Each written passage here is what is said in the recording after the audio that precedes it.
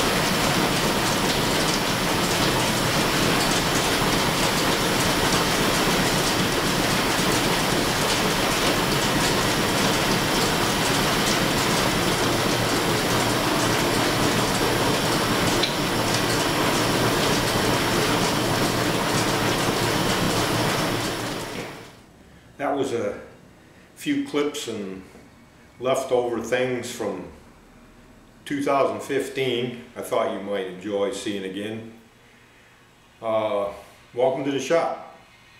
Actually, it's not a shop, it's a garage. I packed up and headed south for a few months this winter, and I wanted to get a video out for my loyal subscribers and let you know what was going on. We had quite a memorable trip on the way down in December, and I wanted you to see a few things. One thing, we stopped at Keith Rucker's museum in Tifton, Georgia, and Keith knew I was coming and had quite a few things planned, and we had a great day looking at all of the stuff that museum has, that they have stashed away and piled up, that they haven't even got to yet. There was steam engines, stationary steam engines, from all over the place locally down there, and a lot of really interesting farm machinery. Golly, there was lathes and milling machines, and there was a pre-1900 planer, and some locomotives, narrow gauge locomotives, and we had a really good time.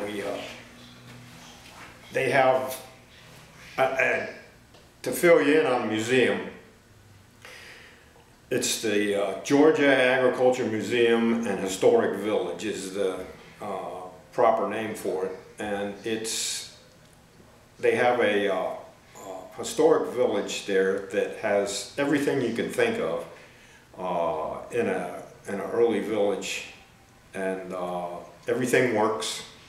They have a water-powered grist mill, steam-powered sawmill, all that stuff, and we spent part of the day getting their wood shop back in operation. It's run with a steam boiler, which I'll show you in a minute, an engine. It's probably Civil War era.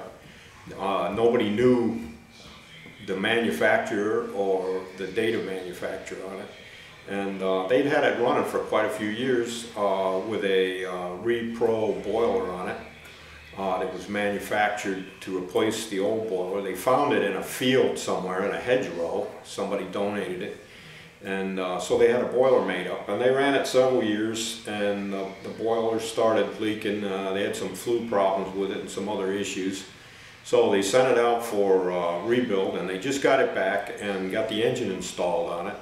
It's kind of typical of real early steam power in that the engine, it's a vertical engine, is mounted on the side of the boiler. And the engine is all, as far as anybody knows, original, other than they had to do quite a little work on it to restore it.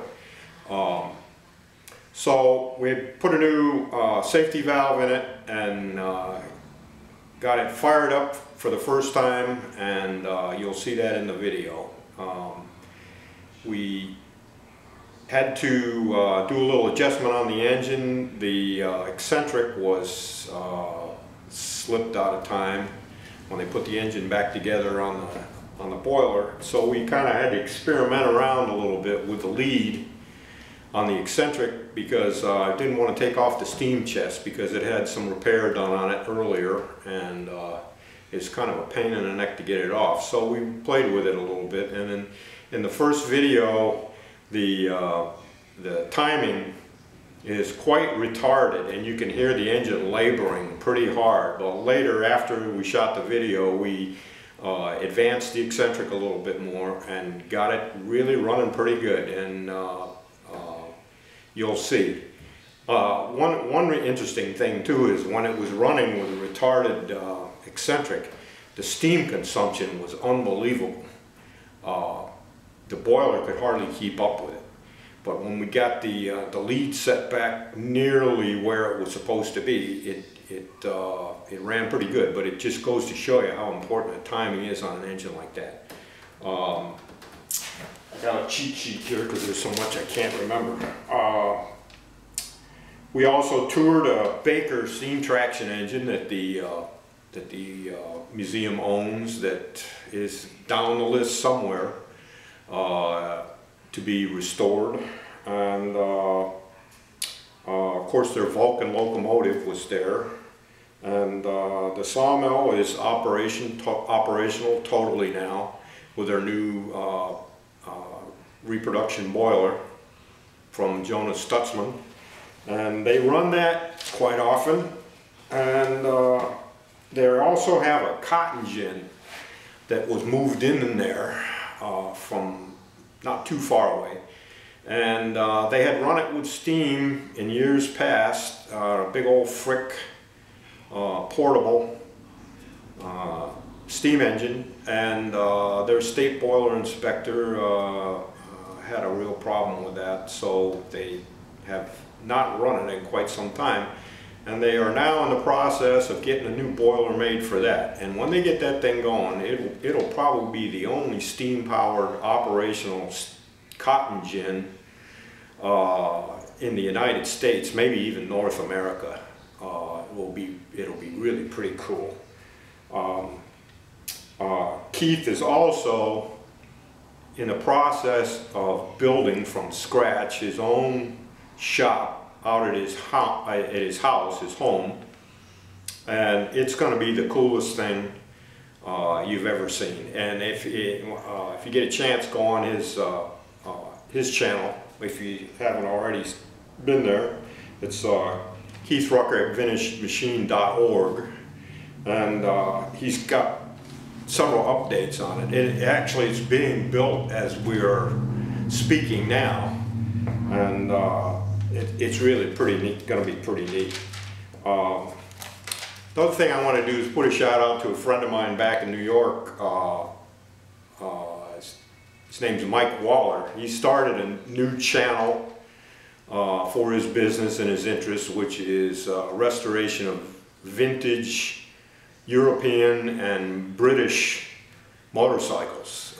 It's called BritanniaMotorcycles.com, and his channel name is Michael Waller. You'll find it. There's a link to it on my G page.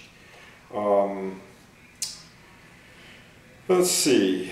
He lives just a couple of towns up from me in New York, and we have collaborated on a few jobs. In one of my videos, I did a helicoil job on a Norton cylinder head for him, and he's got his shop set up now to where he can handle a lot of that work himself.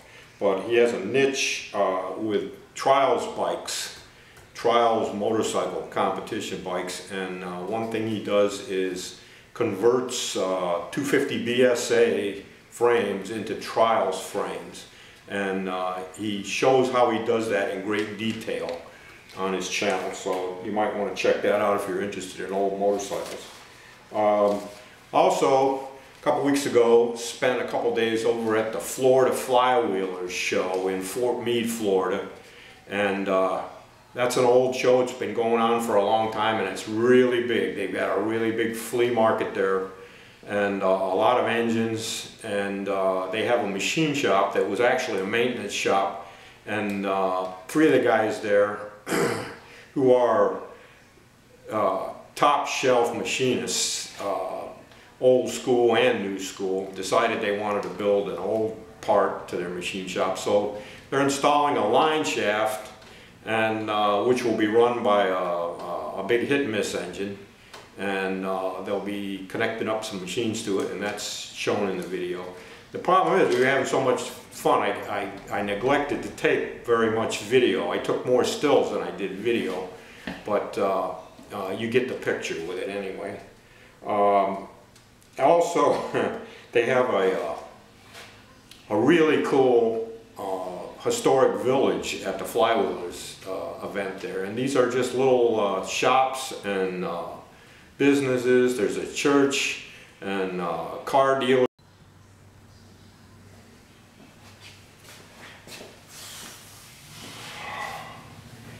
As I was saying before my camera ran out of memory, I got a 64 gig card in there now that will run for a while.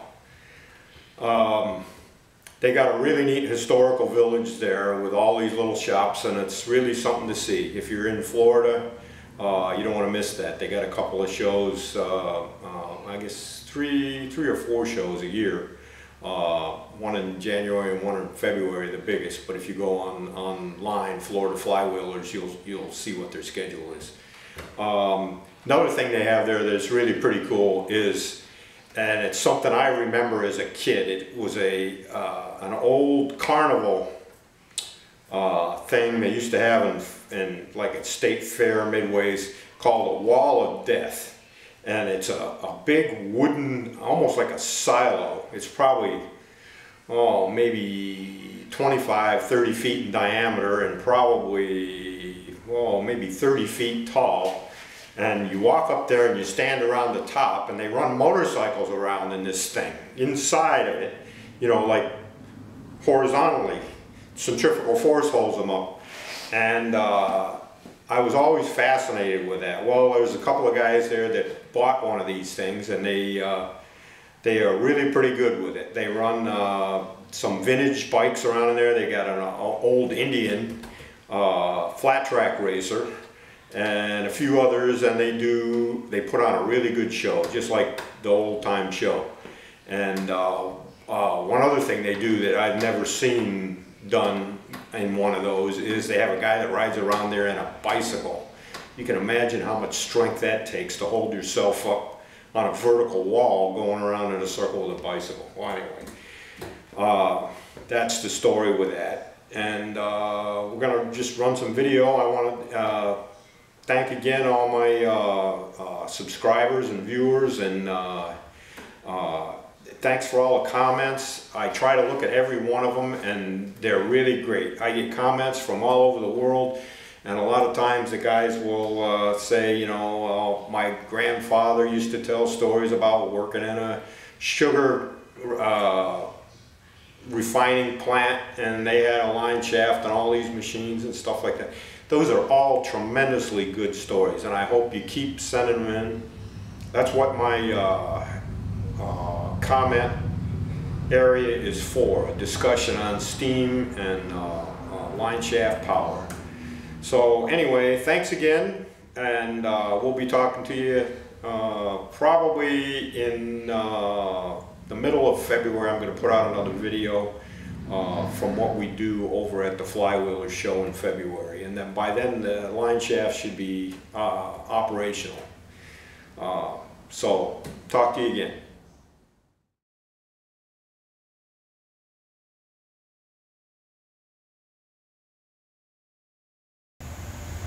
Well, here you have the boiler in the novelty wood shop at the museum. Vertical boiler.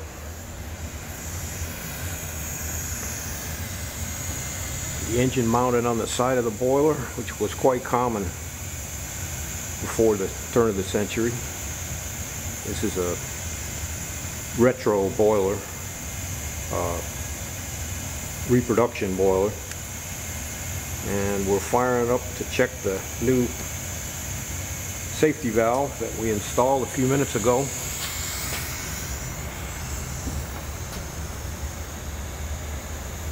And it looks like we just about got some steam.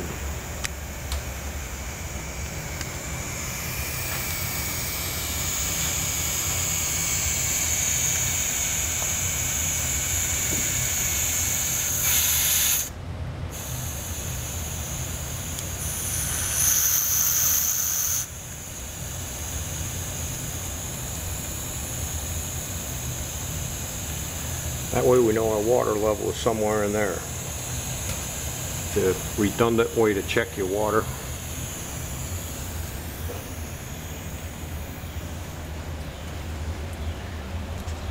Penberthy injector. The water glass is over on this side. You can really hear this boiler draft.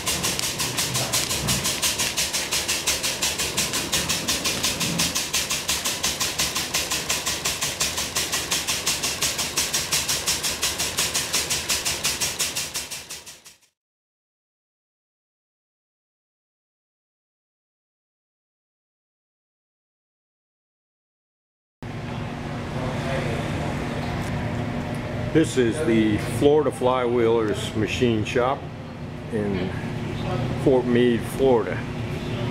And the boys are putting together a line shaft setup to run some of their older equipment down here. We've got a pretty good start on it. This is a punch press that they intend to use to punch badges with. We got a South Bend lathe, a Cincinnati drilling machine. Needs a little work on the auto feed.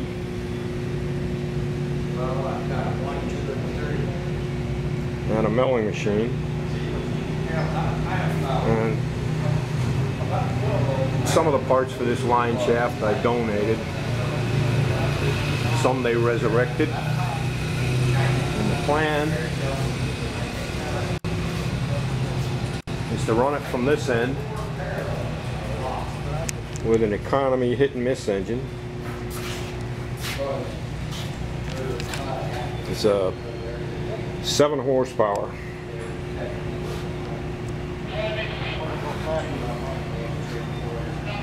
Got a real good start. And they really build a slick timber setup to support this whole thing. I'll back up so you can see it. Really neat. This shop was set up originally just to do maintenance work for their show here. And this is the modern side of it. My surface tractor is 6x18. And it's hydraulic. And this project here, a bunch of homemade flat belt pulleys. There's so many different kinds of surface tractors. These are sections of pipe cut out with centers welded in them. And they'll eventually machine a crown in them for the various drives on their pulley system. This is Chief Machinist Rob. The in and out was the wrong. You know, they kind of stay.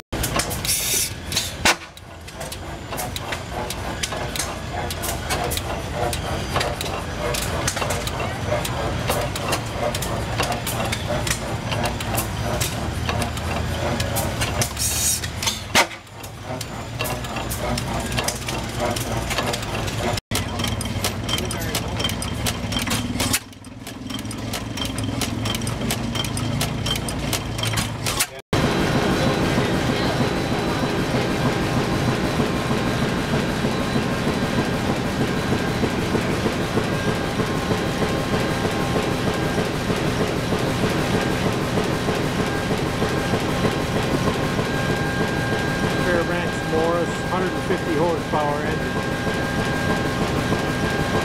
used to generate electric power.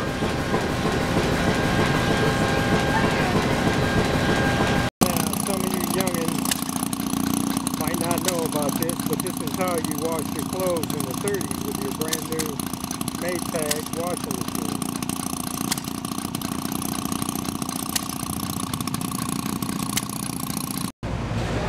This is one of the major attractions of the show here at the Flywheelers Club. It's an immense natural gas pumping engine. And it's kind of hard to get a feel for how big this thing actually is. And here's the story on it. 1914 built to pump natural gas. 400 horsepower at 120 RPM. Using our old formula to find torque, you can imagine how much this would have.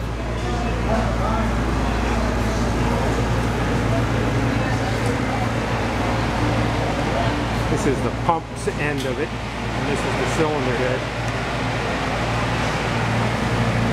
The engine cylinders are at the other end of it, so it makes it's like a flat engine with a crank in the middle. And there are 2 cylinders here in tandem. Piston rod goes through the first cylinder into the second cylinder, and they run simultaneously.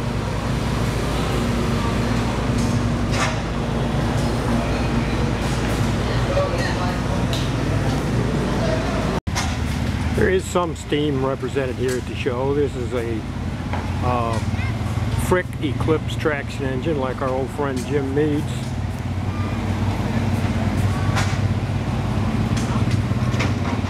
This is a 9x10 cylinder, and it's on static display. The boiler is in sad shape.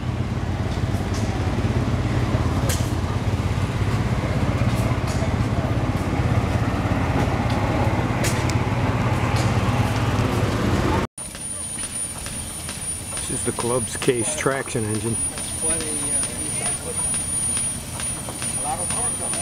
Used to run the sawmill mostly.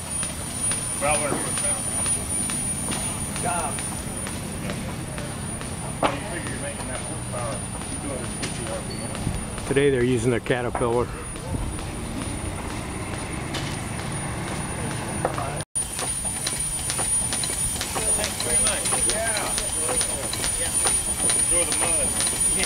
Hey, well, at least there's no dust today. That's right. Well, they were doing very well with it this morning until this happened.